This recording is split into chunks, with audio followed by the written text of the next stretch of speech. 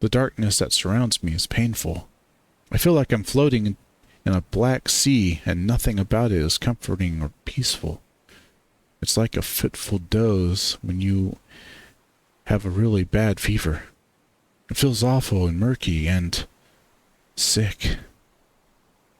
I feel my head tilt back, and a lightning bolt arcs through my head. I try to open my eyes, but they only manage to flutter, and I see flashes of red above me.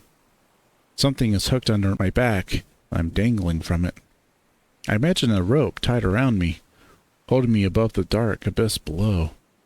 Is this hell? I grit my teeth as the searing red becomes too much to look at, and I close my eyes again. This must be a nightmare, one that feels too real. I've had them before, and I know how to deal with them. Just need to get back to sleep, to drift off, and I'll wake up in my bed. Go back to sleep and wake up, back in my dorm. Wait. In Echo? I try to think, try to prod back into my memories. Where was I last? What was the last thing that I remember doing? Trying to remember is monumental, more than I can handle, and unfortunately, I can't drift back into unconsciousness. I'm pulled back into the sickly darkness as something jolts my body. I grimace and gasp. I'm filled with such a feeling of unprovoked loneliness and despair that I actually feel my eyes watering and a sob escapes my mouth. I hear a soft chuckle above me and I go quiet. I still don't know where I am or what's going on at all, but that laugh is enough to tell me that I don't want to be where I am. The feeling of hanging from a rope is gone now. Instead, I'm lying on something flat and hard and my arms and legs are spread out. The air is cool now and my skin is cold and wet, like I've been sweating a lot. The feeling is especially strong along my back, and I want to roll over, but I can't. Something is holding my arms down, and there's a rattling sound when I try to move. I moan and try to open my eyes again, but it's almost like they're glued shut. With a little more effort, I manage to crack one open. At first, all I see is a blur of colors above me, and I have to blink a few times to clear it. Slowly, the image comes together. I'm able to make out that someone is there above me.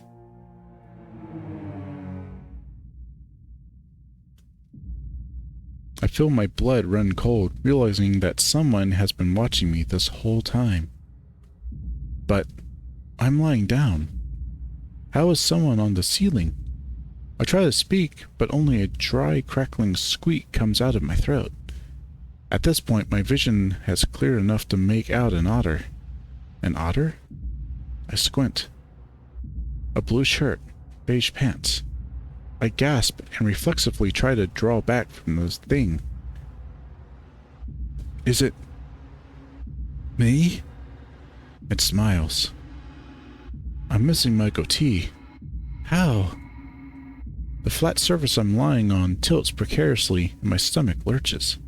I try to clutch at the surface, but there's nothing to grab onto. I shut my eyes again and gag as I feel my stomach swirling around inside me.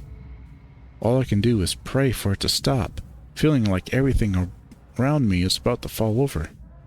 The ache in my head is magnified tenfold, and tears start to leak from my eyes. Just when I'm about to slip off the face of the earth, the ground starts to tilt back the other way. I swallow and gasp for air, my entire body shaking and sweating all over again. I feel like I've been swimming too long and my body is exhausted. What the hell is going on? I remember that someone was staring down at me from the ceiling, and I open my eyes again, fearfully. I cringe as I see that same otter staring down at me. The otter that's clearly wearing the same clothes as I am. But now, it's not smiling. A tear-stained expression is on his face. It's a mirror. A mirror on the ceiling? I try to sit up, but come up short, gagging as something tightens around my neck. I try to move my hands to whatever it is, and that doesn't work either. That same rattling sound I heard earlier makes me look around. That same rattling sound I heard earlier makes me look towards my right hand, and what I see makes my blood freeze. Around my wrist, it looks like a leather strap. Desperately, I look at my other hand and find the same result. Looking at my feet, I see the same contraptions fixed to my ankles. When I try to lift one of my feet, I see metal glinting from underneath, making me think that the leather is bolted onto the platform. Panic rises up in my chest, and I start to kick my feet, try to flail my hands, but the straps hold firm into what looks like a wooden plank, which is the platform that I'm laying on. They're arranged in a way that leave me spread eagle. Over the leather I can smell all kinds of musk, though the strongest one reminds me of Clint. I try to lift up my head, but the thing around my throat is too tight, and it instantly makes me choke again. My head throbs. Tears start to fill my eyes again as I try to think back. Where the fuck am I? Is this a prank of some kind? Maybe my friends at the dorm trying to scare me? Had I been drinking at a party? No, wait. I'm an echo. That's the last place I remember being. I'm here for a project, and I'd been with my old friends. I was with Leo, and I'd been at the diner. Suddenly, all the horrible things that had happened that day come rushing back. Janice, Clint, Brian, the gun. Oh my God. Had that really happened? I struggle a bit more, then try to think. I had run to Leo's house. Leo, I don't know what happened to him. I left him with Duke. And then Brian. He'd been chasing me and tried to break in. I start to breathe heavily again as I realize where I might be. Brian got me when I was trying to run and hide. He just fucking attacked me. I look around. I'm in a small room, what looks like a living room of some kind. There's a couch to my right, and a wall with a clock on it to the left, ticking away. There's a window too. Along with the ticking, the wind blowing outside is the only other sound that I can hear. Looking down towards my legs, I can see what looks like a tiny kitchen, with some cupboards and a countertop. Dishes and junk are piled high along the length of the counter, and it smells like cigarette smoke. Judging by the layout and size of the place, it looks like I'm in a trailer home. A small moan of terror escapes my lips. I'm in Brian's house. I remember Cud telling me that he'd lived in one. Tears start leaking out of my eyes again, even though the crying is making my head throb all over again. All I can think about is what he was doing to Clint. No, I have to calm down. I don't want to attract any attention if he's actually nearby. After what happened in the diner, the cops have to be on their way, if they aren't already there. People eat in the diner all the time. One of my friends probably, would find it and call someone. I just have to wait until they find me. I swallow again, feeling my body break into a cold sweat all over again. What's going on? They wanted something from us. I remember that. At least. But what? Duke had been saying something about seeing things, and that we might be responsible. I squeeze my eyes shut and shake my head, but then immediately stop when my head throbs from the movement. No, none of this makes sense at all. Am I still dreaming? At that moment, I hear a soft mumbling in the distance through the thin walls of the trailer. I freeze and hold my breath. It's a little ways off, but I'm almost positive that it's Duke. The high, weaselly whine mixes with the occasional coffer smoke is unmistakable. It's coming closer, and I can start to make out what he's saying. Because we're already fucked here. You think we can just let him go, and it'll be fine? I don't know who he's talking to, but the sound of an accompanying heavy lumbering step gives me an idea. It's worth it, though. If we can figure it out, what the fuck is going on here? It sounds like they're right up against the trailer now. I can hear them walking around it, towards the small door on the right side of the kitchen. Leo ain't saying shit yet, but I think it might be the otter.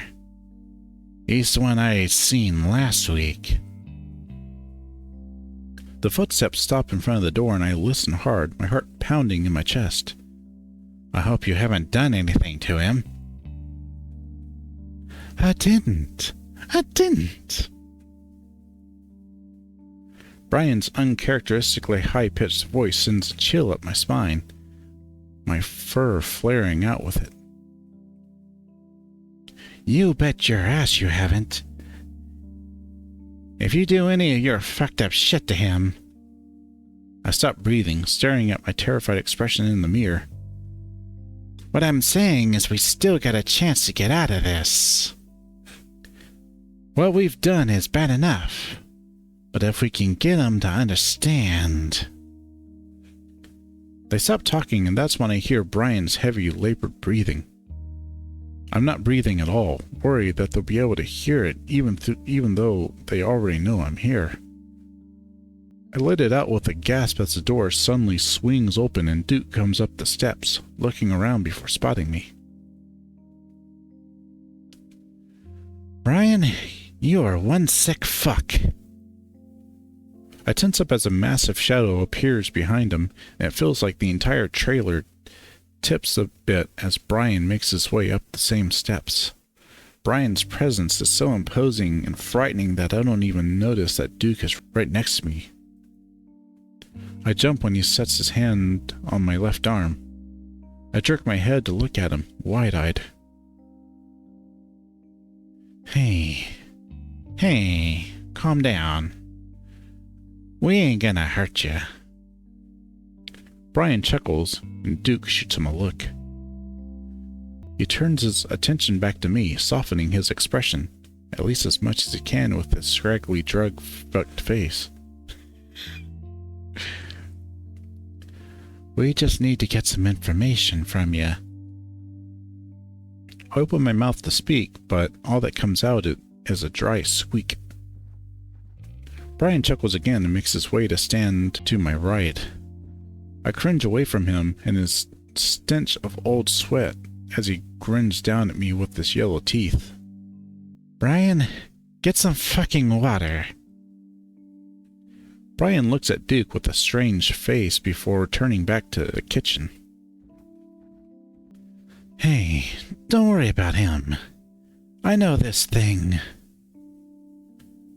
Duke taps one of the boards with a finger. Looks bad, but we just gotta hold you here for a bit. He's a queer. He likes it. Duke glares at him as Brian comes back from the kitchen with a ceramic mug. You're a queer too. Brian visibly bristles and his face loses any of the sick humor it once had. Duke clears his throat. Things have been happening here, and we want to find out why. What? Duke furrows his brows like a kid trying to figure out something difficult. You see, people ain't right in the head here. No shit.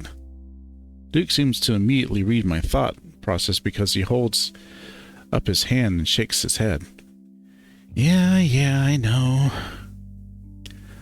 What we're doing ain't exactly right in the head either. Brian gives his dumb chuckle again, but I keep my face averted from him, partly because I really can't stand the smell. But we're all a little fucked up here. What I'm talking about is something else, like what you saw with Janice. I shift a little as I'm reminded about what happened in the diner. Is she dead?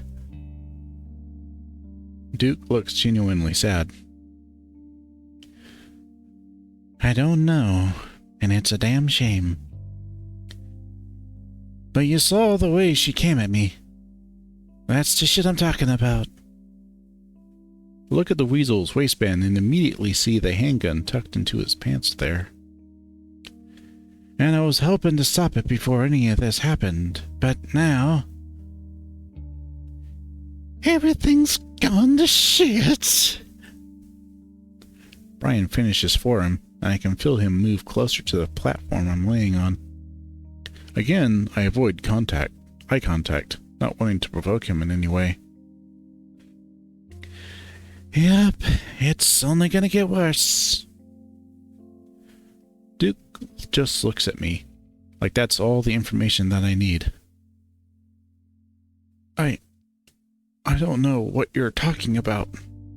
I see a twitch of irritation in Duke's face. I hold my breath. I mean, what's going on out there? Duke shakes his head. What's happening everywhere? It wasn't just Janice that lost her mind. Duke looks back at the window, his fur standing on end. I look too, but all I see are the leaves and branches, the late afternoon sun filtering through them. Duke's quiet for a while before he starts speaking again, without turning around. It happened to my granddaddy, my daddy. Now it's happening to me. I close my eyes, wondering if Duke is just as crazy as Janice was. If he does, I doubt he has a clue what he's doing right now. Dale's missing. Cynthia drove off into the desert. Duke turns around to look back at me. We saw your cat friend running down the street on the way here, saying someone is after him. TJ? TJ? Thing is, we've all got something after us. Something bad. Won't let you leave when it starts. What's after you? I flinch as Brian speaks just above me, leaning down towards my face. I don't know what you guys are talking about. Bullshit! I flinch again as Duke's concerned demeanor immediately drops away. Why do you think we came to get Leo and you? He pauses like I should actually know the answer.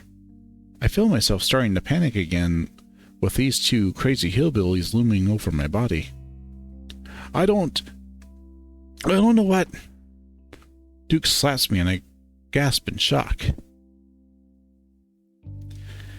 I saw you hanging around this fucking town before you even got here. Late at night, lurking around.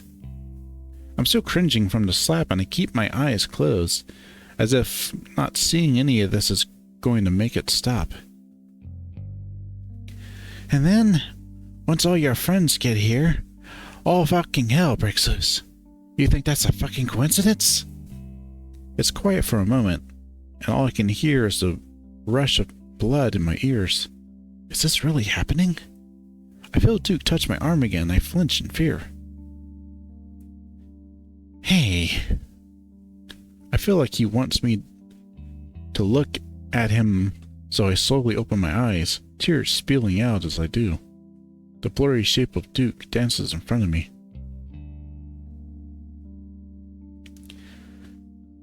I'm not saying you did it, or that you wanted it to happen. I don't say anything because I still don't know what he's talking about, but I know I can't tell him that. It's just that you gotta know something. anything so we can stop this. Duke starts to pet my arm, and I shiver.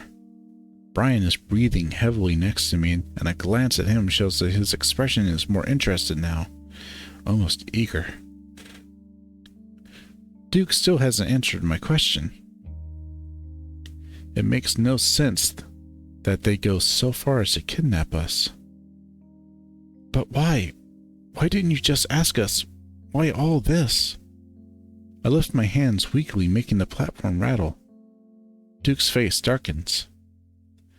Because I've been asking Leo all week what the fuck you guys are doing, and he wouldn't say shit. Duke stops petting my arm and scratches behind his head. And,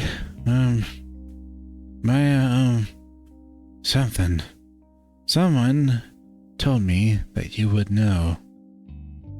I stare at him. Who? Someone I know. And it makes sense. Something bad happens, and if you don't fix it, it won't stop coming after you. I shut my eyes and almost sob. Says they know, and I thought it would be Leo or you, considering what's been saying these past few weeks. Duke pauses. Or maybe one of your other friends. My mind briefly flashes to TJ. I don't know what you're talking about. Wait for another slap, but it doesn't come. I open my eyes again, and Duke is looking back out the window.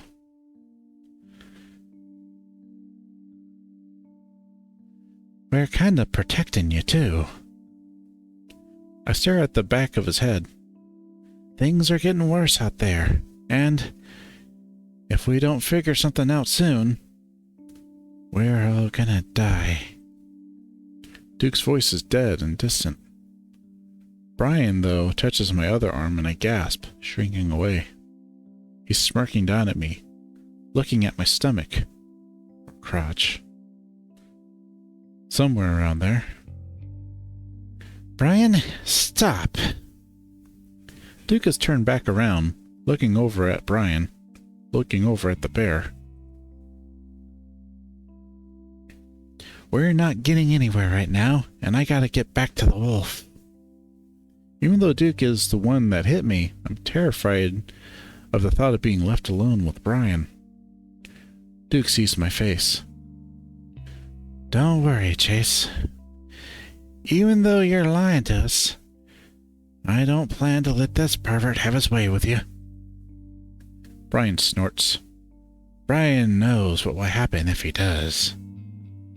Duke gives Brian a cold, callous stare, and this time Brian doesn't give his stupid grin back. But you'd better hope your fuck buddy says something soon, because if not, we might have to get mean. Duke heads for the door, turning to look over his shoulder. Just feed him, and make sure he doesn't escape. That's it. And with that, Duke briskly disappears out the door, a golden flash of afternoon light lighting up the dim trailer. Brian and I listen to the weasel's soft, anxious footsteps recede into the distance. As soon as the sound is gone, Brian stands up. I turn my head in time to see him whirl around and smash his fist into the wall. I jump as much as I can in my restraints before he does it again, this time slamming both of his fists against the wall. Fucking thing! He screams so loudly my ears immediately start ringing. I think he's talking to me, so I brace myself for what I'm sure is going to be the worst moment of my life. But he stalks past me, not even looking at me. Instead, he strides up to the kitchen counter. Once there, he picks up a dirty pan, then raises it over his head before bringing it down with a crash. I hear glass shatter before he does it again and again. Goddamn cocksucking piece of shit! He throws the pan across the room to crash into the wall. I'll fucking kill him! I'll fucking kill fucking cunt!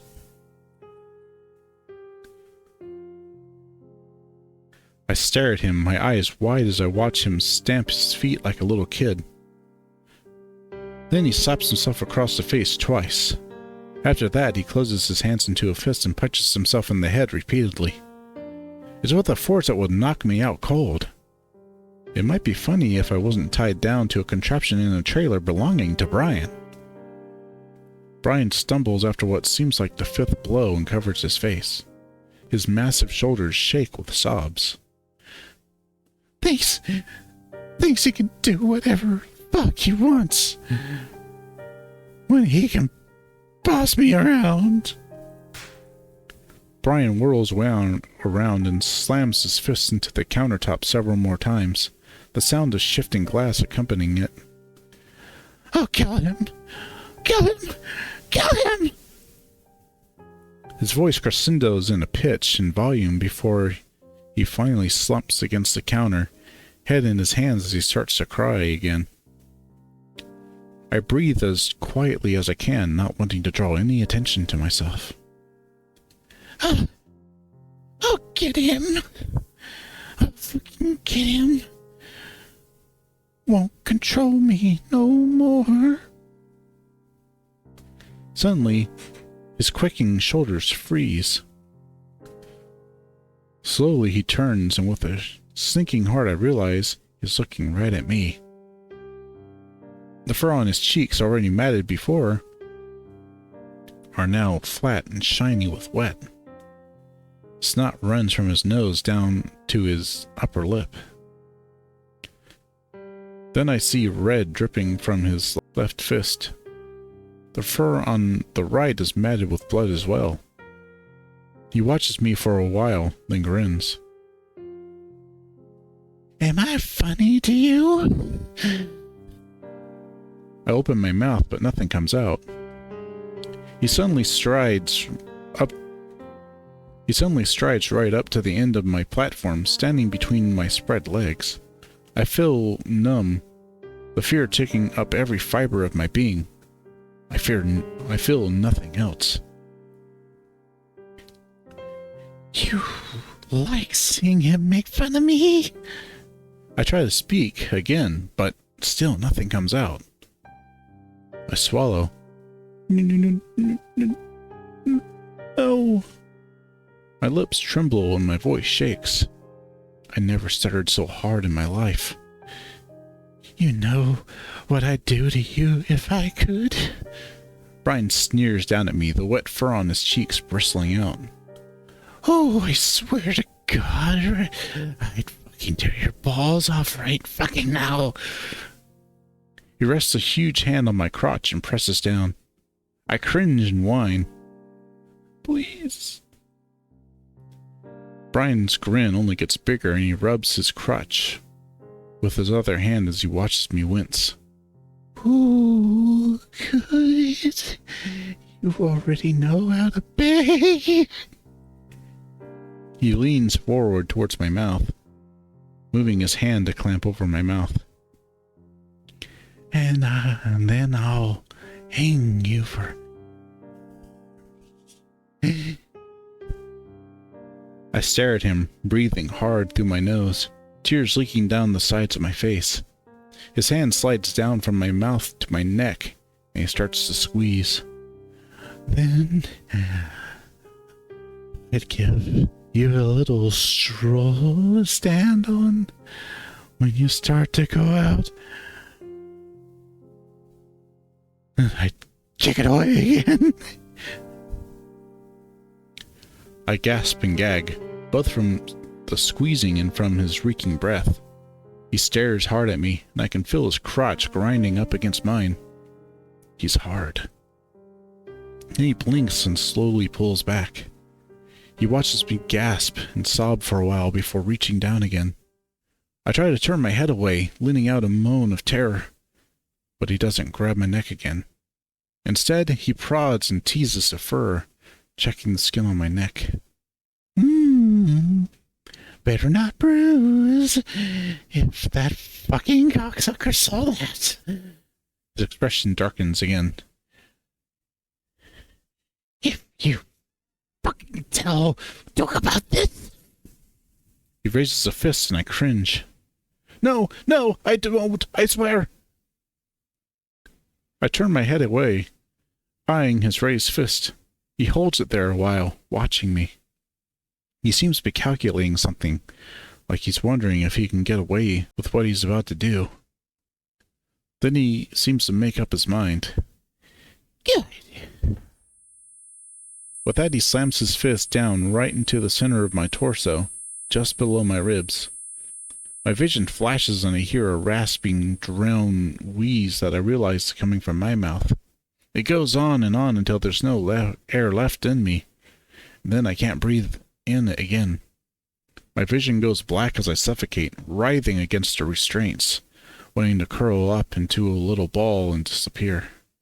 It feels like hours, days, before I finally get a slip of air. My mouth gapes as I try to suck it in faster. Brian is standing over me, and I'm somehow surprised that he's got a worried look on his face. He probably thinks he killed me. But then my stomach starts to turn and I lurch. Before I even realize I'm about to puke, a gush of vomit fills my mouth and I start to choke. Yes!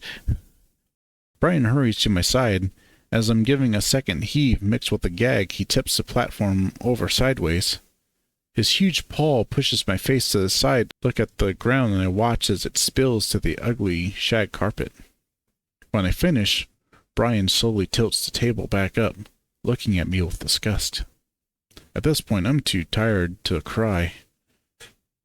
Instead, I lay there in a daze, occasionally hacking or coughing. Brian goes to the kitchen, wrestling around a while before returning with water and paper towels. He wipes my face and my nose before tilting my head up to drink the water. Rinse and spit! He holds the mug there while I do as he says. Then he gets down to his knees. I watch his head bob up and down as he busies himself with the mess on the floor, muttering about Duke finding out. I'm too numb to really care right now, though. Right now, I'm starting to realize that I might not survive this. Brian calms down pretty quick after his tantrum. Once he cleans up the mess, he splays out on the couch and starts watching TV. It's some kind of cartoon about a pink cat, and he actually laughs along with the juvenile jokes. While this goes on, I lay quietly against my platform, trying not to start crying again.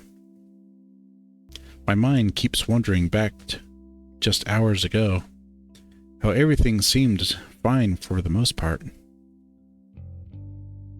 I keep wishing I could go back to the beginning of the week.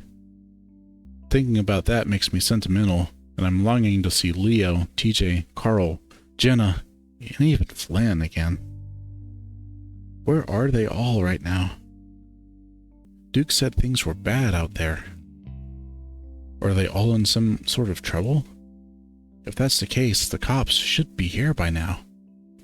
Someone would have gotten the word out, wouldn't they? If people were murdering each other, like what happened to Janice, there's no way that wouldn't be the case. Brian lets out another explosive laugh, wiggling his feet on the armrest of the couch. Earlier, he tried to feed me some dried cereal, but it was like cardboard in my mouth. And only after a handful, I couldn't eat any more. I'm just thankful that he's preoccupied with something else right now. There's a soft knock at the door and Brian jumps, quickly changing the channel to golf before he gets up and lumbers over to the door. He pauses and rifles through some magazines on a small table next to the couch. He pulls out a handgun that looks cartoonishly small in his hands before making his way to the door. I weakly turn my head in his direction and watch Brian open the door a crack. He chuckles. World's going to shit, and you're still coming here for more, eh? Brian pushes the door open a little more, and I catch sight of a skinny, malnourished polecat. Clint is looking up at Brian, appearing even more disheveled than usual. So, what are we doing? Clint had stepped up onto the first step and looked into the trailer, immediately spotting me. He stares, the shock on his face almost comical. Brian turns to see what he's looking at, as if he'd forgotten that I was even there. He gives a start before shoving Clint back out the door. Oh, I'm full today. Already got someone taking your spot. Clint's now out of my line of sight, but I can hear him shuffling around the dead vegetation. Please, I really need something right now. We can do it outside. There's a moment of silence as Brian seems to contemplate that. No. I just got some business to take care of. Tomorrow, maybe.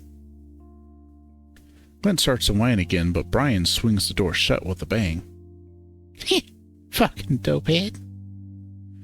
Brian walks back into the room, looking down at me, then back at the TV. Probably shouldn't have let him see, though.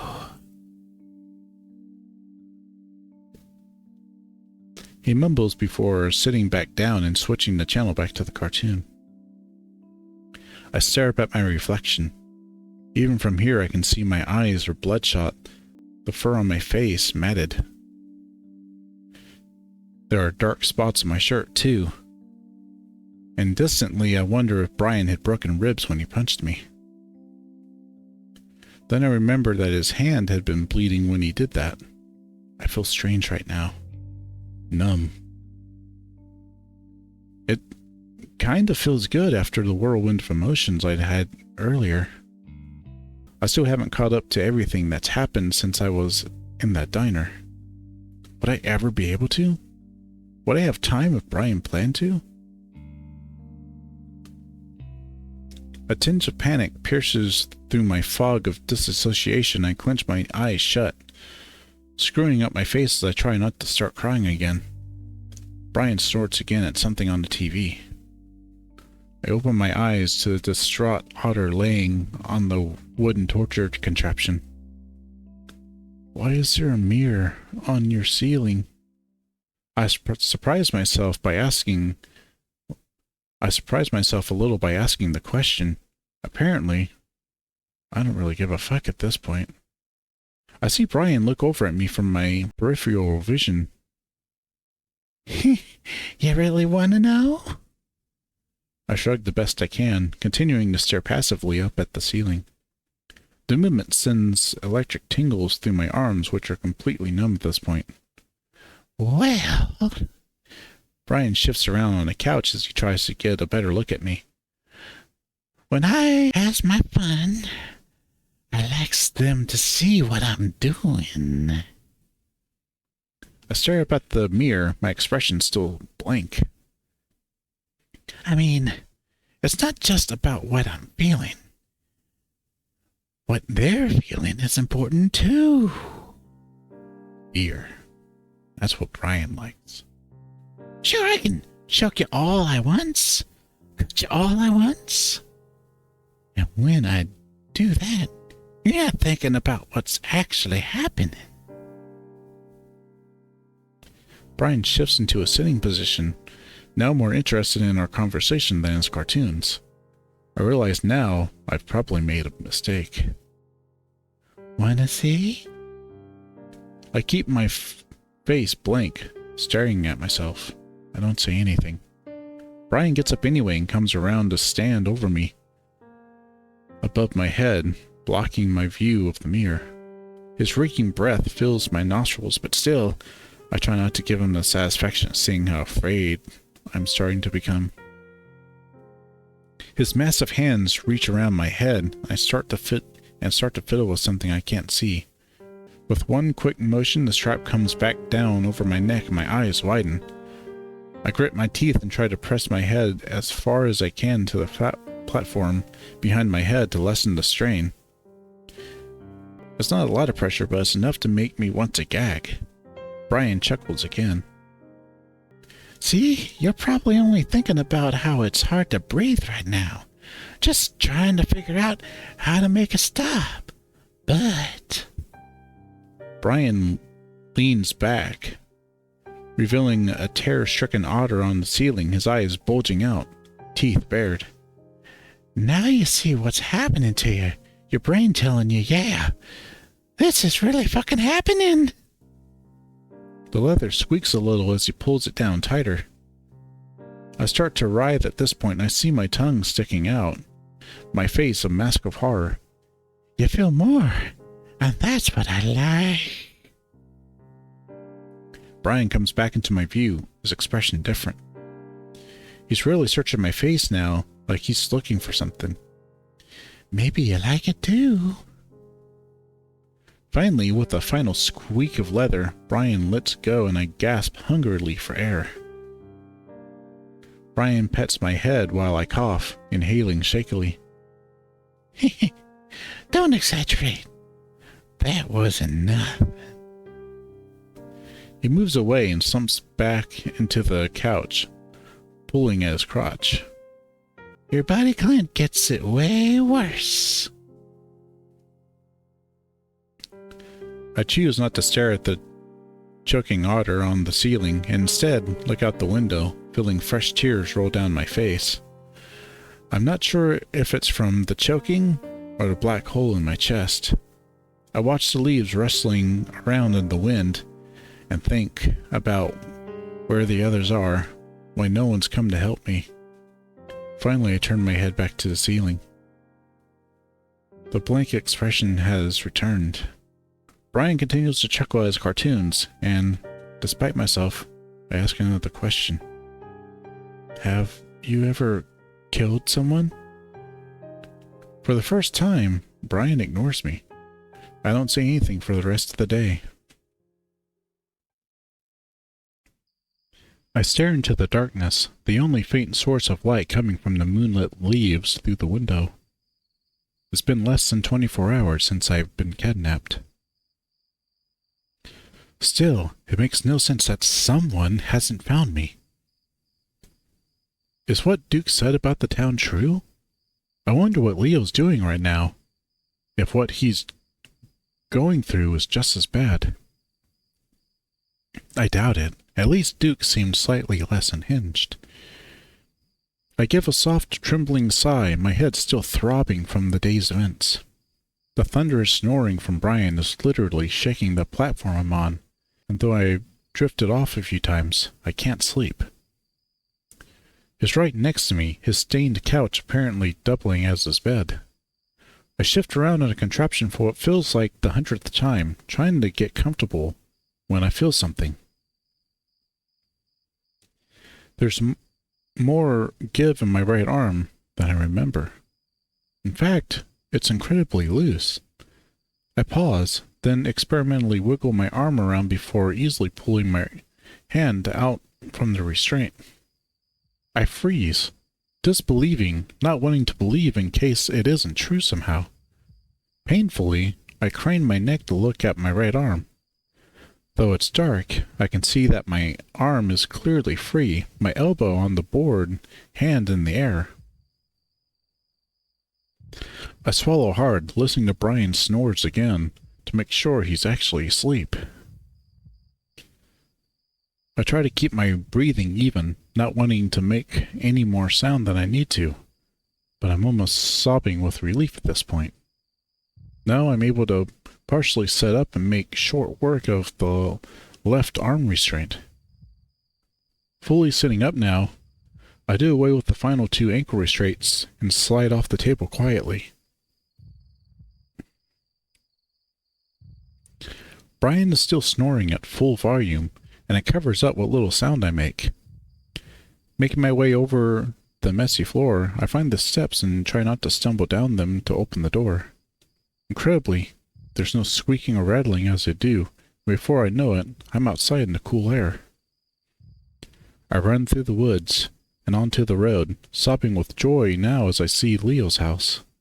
The lights are on, and as I'm running towards it, I think I even see Carl's horns through the window. I run up the steps onto the porch and bang on the door. Leo!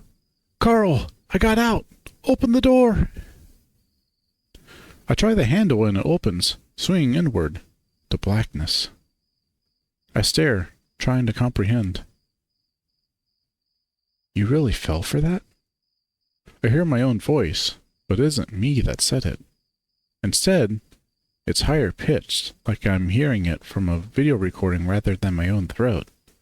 Then I'm sucked into the blackness and slammed hard back down onto the wooden platform. All at once I realize what happened. My heart feels like it dropped through my chest. Of course, a dream. I'm back in the hot, stifling trailer, and it looks even darker than it did in my dream. I close my eyes and start to cry quietly. It feels like I've just found out that I'm locked up in a psycho's trailer all over again. I turn my head and look out the window above Brian, longing for some daylight. And that's when I see two white eyes set against a black face staring back at me. I jump. What the fuck? Am I still dreaming? Then I see the two beige-colored ears above the head. Kudzu? I gasp again, quieter. I'm overcome with relief once again, but the fear that I'm still dreaming is almost overpowering it. I wave my hand as much as I can, but I'm not sure he can see it. I realize that none of the light from the window is falling on me. Kudzu moves to the side, then back again, squinting, clearly trying to see inside. I think about making a noise, calling out his name, but I have no idea how deep a sleeper Brian is. As if on cue, Brian gives a louder snore and rolls over. Kudzu seems to have heard it, his big ears pricking before he ducks down. My heart hurts just losing sight of him, and I strain my bonds. Brian seems to be waking up, though, mumbling something in his sleep. No, you're dead. I pull with my right arm again. In case my dream had been onto something, it doesn't budge. Fucking cunt. Brian's really starting to kick around now, his massive form rolling over onto his stomach, rubbing his face into the pillow. He starts to make loud gasping sounds when he gets to his knees on the bed. Back off! He holds his hands up, snarling. You're dead. You're dead. I stare at him, almost forgetting about Kudzu. His eyes are open, they snap to me, his hands still out. No! His face is etched with horror, eyes wide and white in the darkness. He backs up against the back of the couch as he continues to stare. I stare back at him, unsure of what he's going to do. After about 10 seconds, his expression starts to melt from horror to confusion. I continue to stare back, bracing for another explosion from him for whatever reason. His shoulders droop again and he frowns at me. Wait. Oh. Did you see her? My mouth is dry, so I have to swallow a few times before I can answer. Ooh. Brian doesn't respond and starts to look around the trailer. I see Kudzu start to poke his head up again. At this point, I've made it up in my mind that I want to escape tonight. I'm not going to spend another minute with this maniac. Making a decision that could mean life or death so suddenly is terrifying and exhilarating. I don't give myself time to think about it. Brian. He doesn't answer. Starting to get up and look around.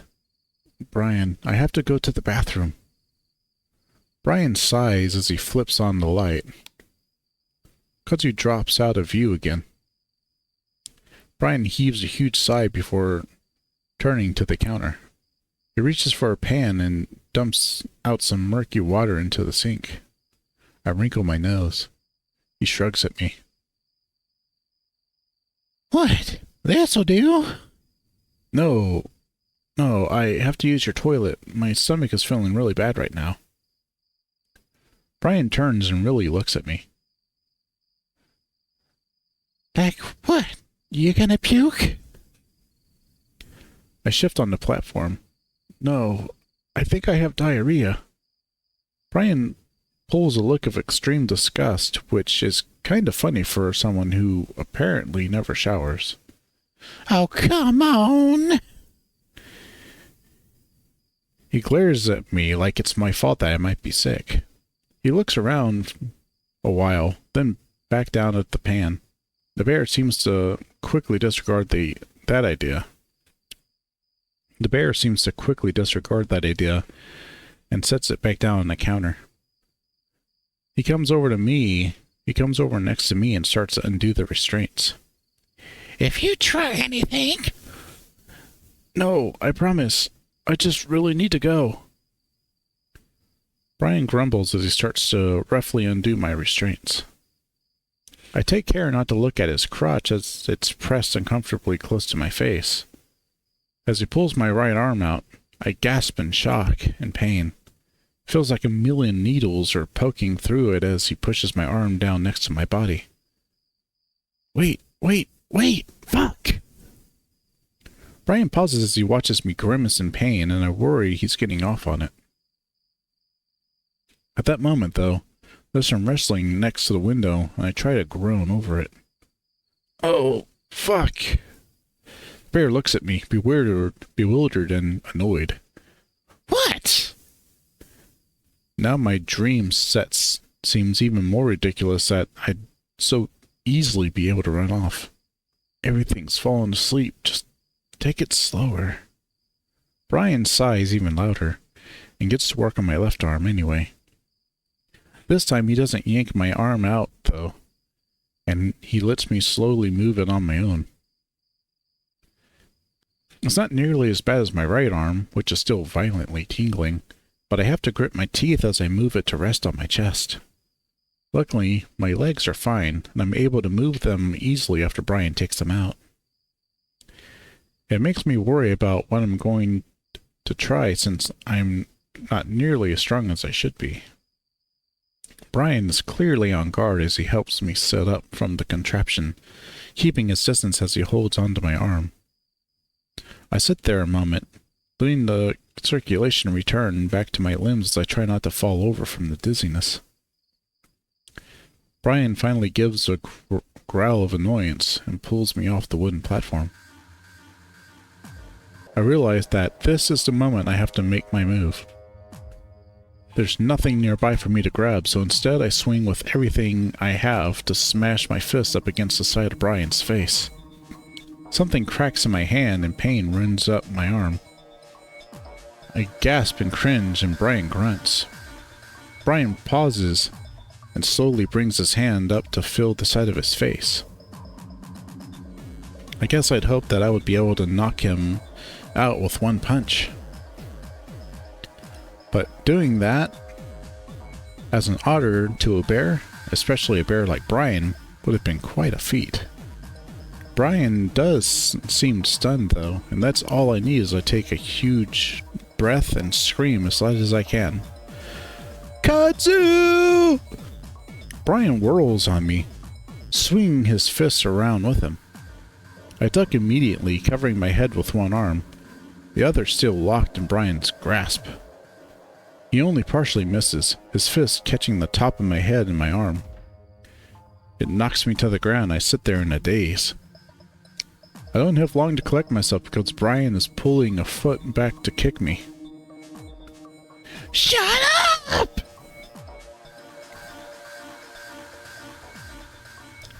I roll to the side and start trying to back away while I'm crouched, but Brian yanks me up by my arm, my head jerking back with the force. Now I'm starting to wonder if Kudzu ended up leaving. If that is the case, then I'm definitely dead because there's no way I'm going to break his grasp. As I'm thinking this, the door bangs open. Brian is in the middle of drawing his fist back when it happens and he freezes, looking over at the door. Kudzu stands there, his eyes wide behind his black mask, chest heaving. He's scared, I can tell, but Brian's shock gives me the opening I was looking for. I reach in between his legs and grab his balls. Weirdly, the first thought I have is about how fucking big it is. It takes both my hands to wrap around it fully, and when I do, I twist and yank as hard as I can. I pour all of my fear and anger into the attack, snarling as I do. The scream that Brian lets out is so high-pitched, I feel like every glass in the trailer is going to explode. This attack is all I have left, so when his retaliation comes, I don't have anything to defend myself. Luckily, it's not a punch or a kick, but rather he grabs the fur on the back of my head, along with my shirt, and tries pulling me back. My face stretches back as I stubbornly hold on and just yank down even harder. His sack is stretched and distorted so badly it's barely even recognizable as balls. His screaming suddenly cuts off with the sound of a deep, sickening smack. Immediately, Brian's body crumples onto me as he falls to his hands and knees. It happens in a way that he's splayed out over me, his face inches from mine. I have time to smell his gag-inducing breath before the sound happens again. This time I see Kudzu swing something down hard from overhead and Brian's head jerks. I watch as his eyes lose their focus on me and he slumps down. I turn my head sideways as he comes to rest on my body, crushing the air from my lungs. Kudzu is there immediately and pushes Brian's body aside to the point of being able to pull me out. He pulls me into a sitting position next to him. Are you okay? He's shaking and I can hear his ragged voice in my ear. The contrast between being engulfed in Brian's stench to smelling Kudzu's shampooed fur and peppermint breath is striking. I can't speak, and instead I lean against Kudzu and wrap my arms around his arm as I sob. Kudzu holds me as he looks me over. Can you walk? I nod silently as I press my face into the fur on his shoulder. All right, come on. We can't stay here. He stands slowly, keeping me in the embrace as he guides me towards the door. I don't remember much about the walk back to Kudzu's house aside from stilted flashes of dirt and sagebrush. It's dark and hot and my shirt immediately starts to stick to my fur. My legs are so numb that I don't even know if I'm moving them right. Kudzu has to hold onto me the entire way so I don't fall over. Crickets chirp all around us, but every few minutes I hear shouting and screams in the distance. I try to look over my shoulder to see if Brian is coming after us, but Kudzu grunts and tells me to keep watching my steps. Some circulation has returned to my legs, and I'm able to at least match Kudzu's stride over the uneven dirt road. Still, it feels like 1,000 needles are stabbing up my feet and legs in waves with every step I take. I'm genuinely afraid that I'm going to wake up any second and find myself still stuck in Brian's trailer. None of this seems real. I'm still watching my feet and the ground, so I don't notice Kudzu's house until I almost kick the bottom step to his rusty trailer.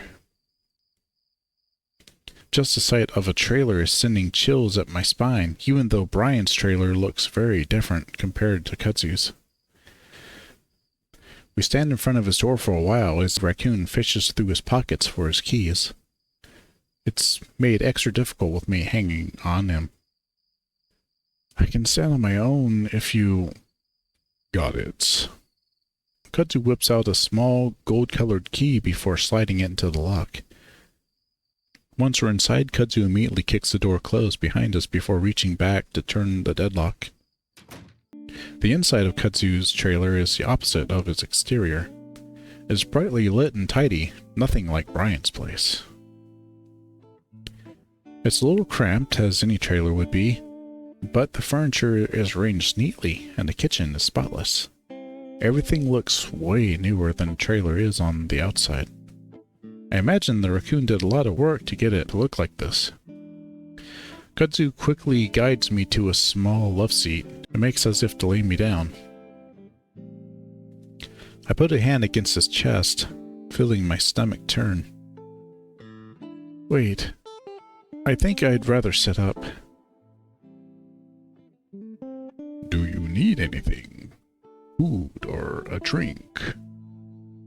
Kudzu's looking into my eyes with his deep browns, the brows above them furrowed in deep concern. I nod slowly, so as not to upset my stomach again. Just water, please. Sure. Kudzu quickly hurries off to the kitchen, and I slowly lean into the cushions behind me. I'm not tired at all, but I feel numb, and not just physically. My arms throb, and it feels like the leather straps are still bound around my wrists. It even feels like they're being pulled by an invisible force. Like, if I relax, my arms would float back up into that fixed position. I shudder, hugging my body, then look around, trying to find something else to focus on. A group of 3 picture frames on a small side table next to the love seat catches my attention. From where I'm sitting, I can see Kudzu in one of them, beaming at the camera. It's actually kind of weird to see him smiling like that. There's an arm around his neck, and I start to lean over a bit to see who it is. Here. Kudzu appears in front of me again, holding out a glass of water. I straighten back up against the cushions. Once I take the glass, he holds out his other hand with 2 white pills resting in the black pad of his palm. Acetaminophen, if you're in pain. I definitely am, so I take it, and the glass without a word, and swallow it.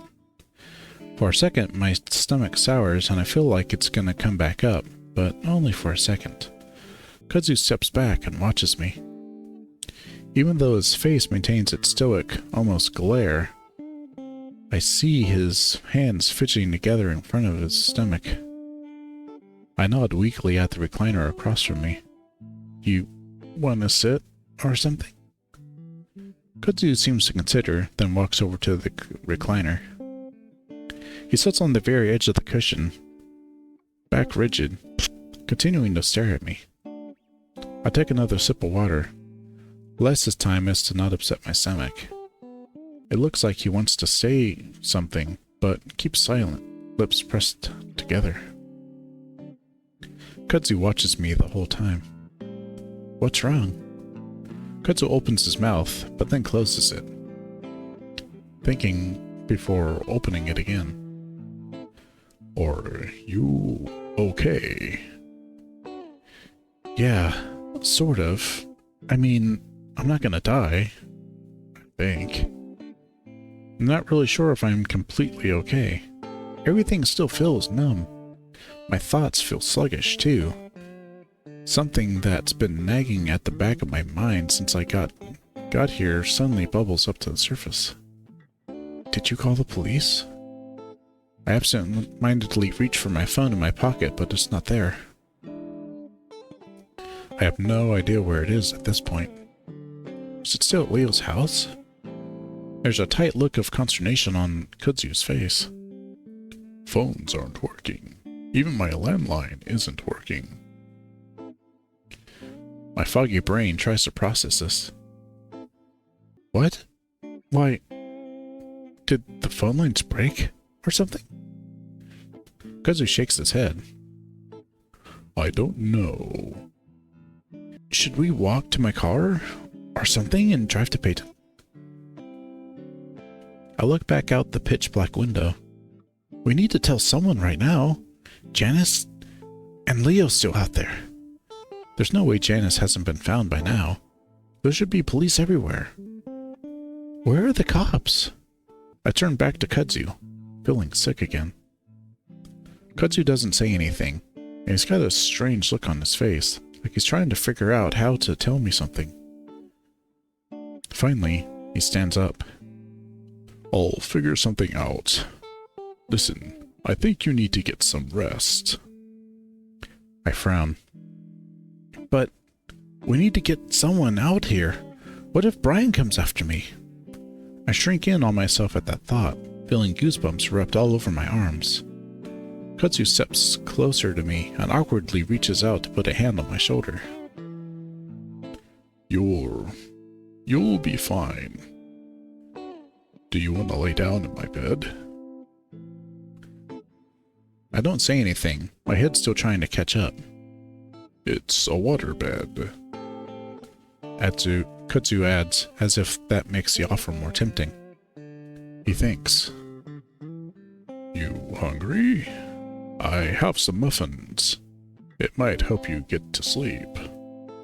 I shake my head. What? No, I want to get the fuck out of here. A loud pop makes me jump and I stand up. I'm not sure what I'm about to do, but Kudzu reaches out gently to hold on to me before pulling me away from the window. Faintly I can hear some shouting outside, but it's far away. What was that? Is someone shooting? I look at Kudzu, starting to feel desperate. He puts an arm around me, at the same time moving towards the end of the trailer where a big bed is tucked. I don't know. A lot of things are happening right now. So I think we should stay here to be safe, okay? For now, at least. I hold on to the raccoon, unsure of what to do. Listen. He holds me by both arms and I look back at him. You gotta trust me that we can't leave right now. I'll explain it all after you've rested for a bit. He pauses. I can tell you're not really here right now. Here, right now? You'll feel better once you wake up, right? The thought of laying down is tempting despite feeling like I'm going insane. If I sleep, I don't have to think. Just blank my mind and rest. My head is buzzing and I feel like laying down might straighten things out. Kudzu gently but firmly forces me to sit down on the bed. Despite his slender build, I can feel the strength in his lean muscles. But what about Brian and Duke? Kudzu slowly pushes me back down onto the bed, the water underneath the surface sloshing faintly. I haven't been on an actual waterbed for years. Carl used to have one. Where is Carl? Where is everyone? I want to go back to the motel and find my friends again, but Kudzu seems adamant on keeping me here. I got Leo's gun. I saw it on the ground when I went to check on you guys. He must be able to tell from the look on my face that I'm not at ease because he reaches out again to rest a hand on my chest. It's still awkward, but it's comforting at least. I'll be here all night. Nothing's going to happen. That does make me feel better, at least well enough to maybe get some sleep. Okay. I stare at the ceiling as I lay back. I feel numb, but in a way that helps me blank my mind. In what feels like less than a minute, I pass out.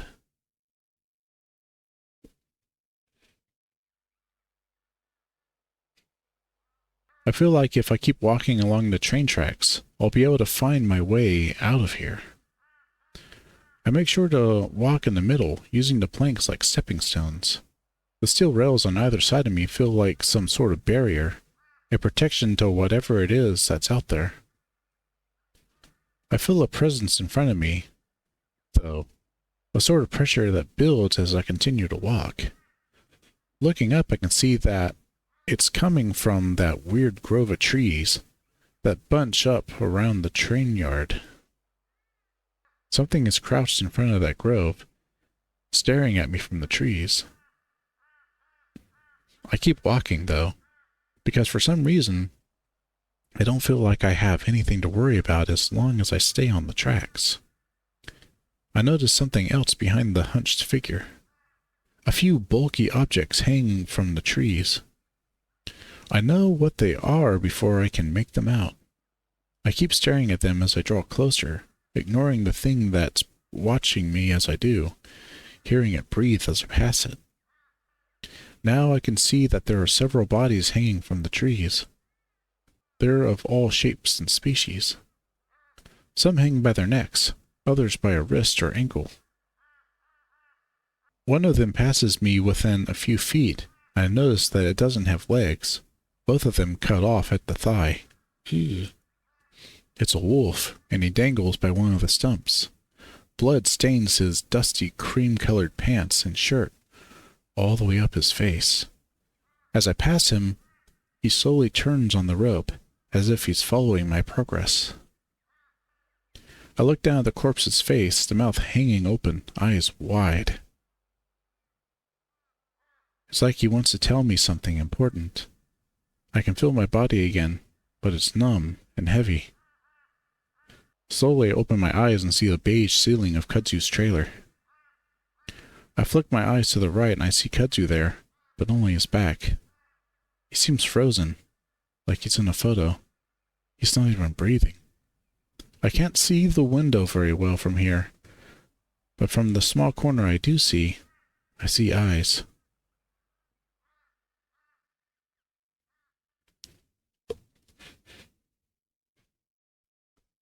When I wake up, Kudzu is next to me in the bed, his back to me, one of his ears folded under his head. Having been with Leo for a few years, I know that can be pretty painful when you wake up. So I reach out and try to slowly adjust Kudzu's ear from under his head, but he immediately wakes up. He makes a funny snorting sound before suddenly jerking up halfway off the bed, looking back at me. I smile sheepishly. Sorry, I was trying to fix your ear. Kudzu reaches up, poking at his ear. Oh. Thanks. I notice on the bedside table that there's a small plate with what looks like a blueberry muffin on it. Kudzu notices and reaches out for it. You want to eat? I, ate a couple earlier myself. I didn't realize how hungry I was. He lowers his ears. Still one left, though.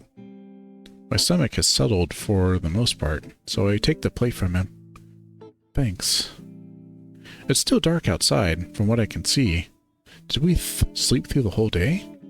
I realize that I have completely lost track of time. What time is it?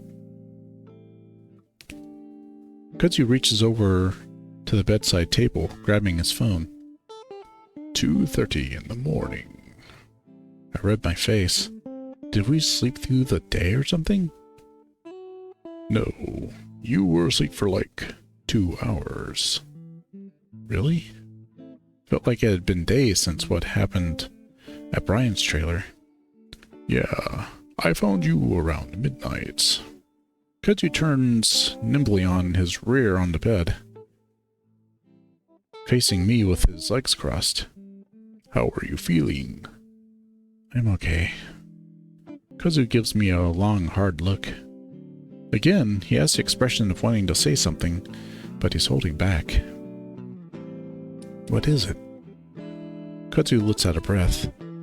Listen, I'm not going to ask what happened with Brian, but if you ever want to talk about it... Talking about Brian is the last thing I want to do, and I can feel the thread of violent shivers coming up my spine just thinking about him. Kudzu reaches out one of his black hands to rub my shoulders. Awkward and comforting as always. I've been through some stuff myself. Kudzu catches himself. Not saying that I know what you went through, but I know how it can feel having something really fucked up happen to you. I don't think I've ever seen Kudzu stumble over his words like this. I mean, I'm not trying to say that it's comparable if he...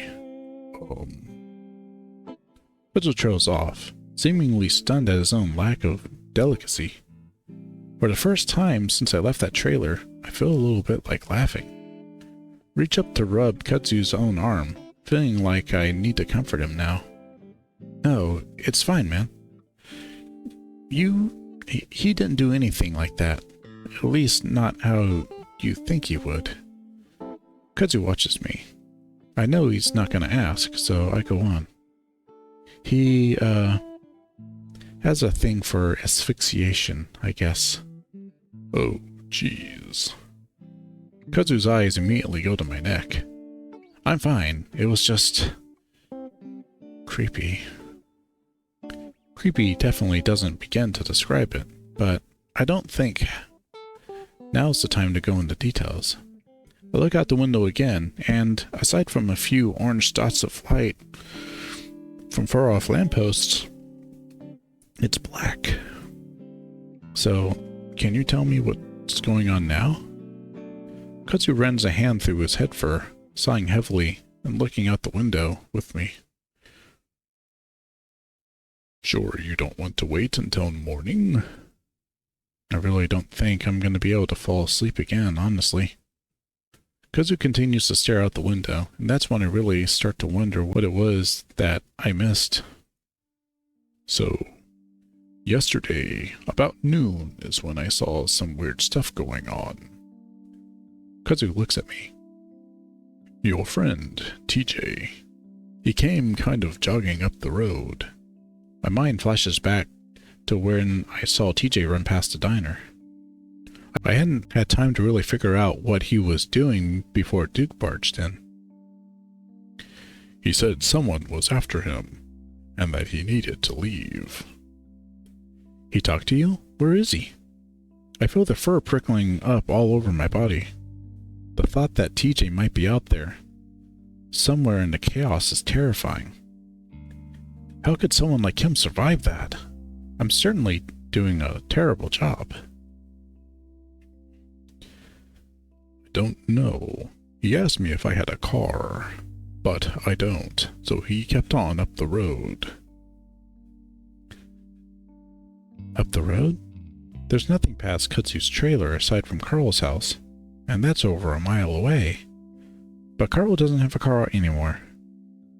Maybe he's just staying with the Ram? I hope that's the case. After he left, though, is when things really started going crazy. Kudzu shakes his head. You know Dale? Yeah? Dale is the only otter in town that my family has left. He was walking up the road with a fucking shotgun, pointing it around and stuff. Is that out of the ordinary for Dale? I want to get back on the topic of TJ. If he went up the road away from town, we could still find him. But he was bleeding, had cuts on his leg, and his jeans were all ripped up. Oh. But he knocked on my door. I didn't open, but he yelled through it saying there was a meeting in the center of town.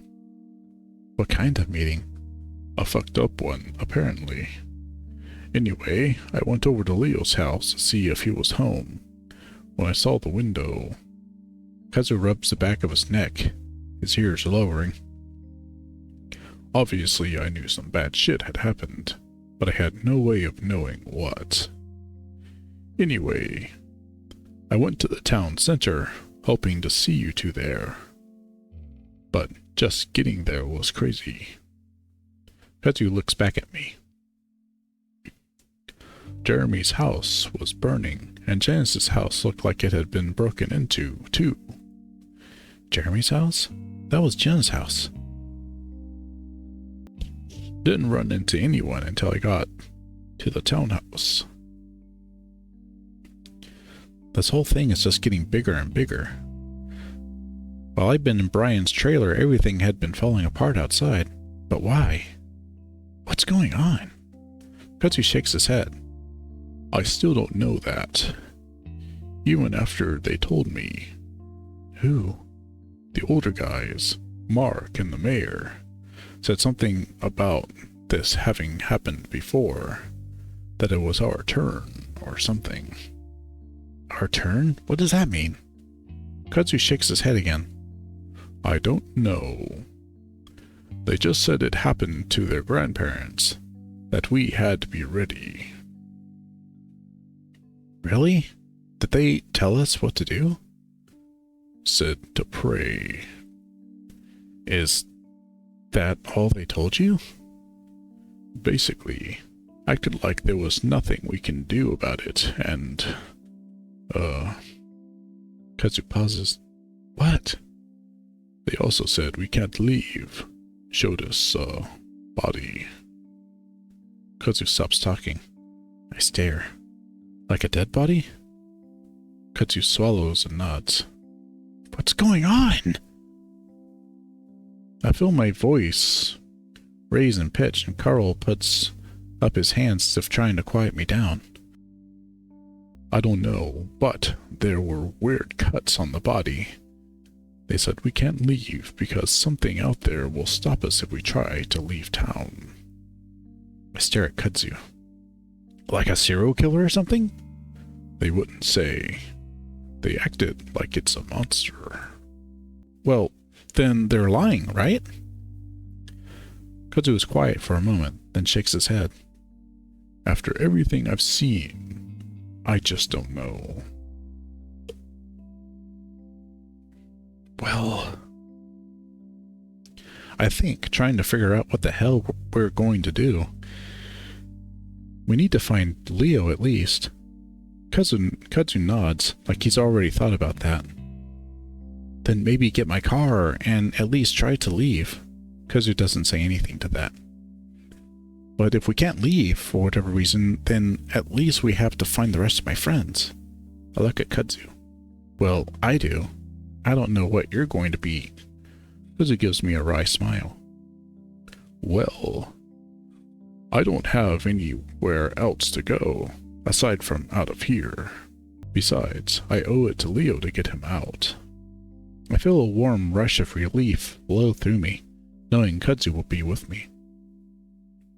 I don't think I'd be able to do any of this alone. So we're gonna get Leo? Kudzu nods. Well, I am, at least. You really should stay here. Get some more rest after what you went through. Of course, I'd rather stay here and hide until Kudzu comes back, but Leo tried to save me back at the diner. Risk his life to do it. After everything Leo had done for me, I owed him too. No, I'm gonna go with you. Kudzu shakes his head. I don't think so. It'll make things easier if it's just me. Kudzu shifts, looking towards the kitchen. Besides, I have Leo's gun with me, in case something goes wrong. He was my boyfriend. I can't just sit here while you save him. Kudzu pauses. Listen, I know Leo. I know he would never want me to bring you into something like this. Yeah, well, Leo not wanting me to do something never stopped me before. Getting to fight like this is making me feel better. It gives me a purpose again. Kudzu looks like he's about to shake his head again, but I continue. Besides, it might help things. One of us could go in, while the other distracts Duke, or something. Kudzu looks unsure, so I press my advantage. And if something goes wrong, then one of us would be there to help the other. Kudzu pulls out one of his whiskers. Maybe, if it's just Duke there. He might not even be there. He might be at Brian's trailer or somewhere else around town. Kudzu sighs and looks me right in the eyes. Are you sure you want to do this? I'm not, but I nod anyway.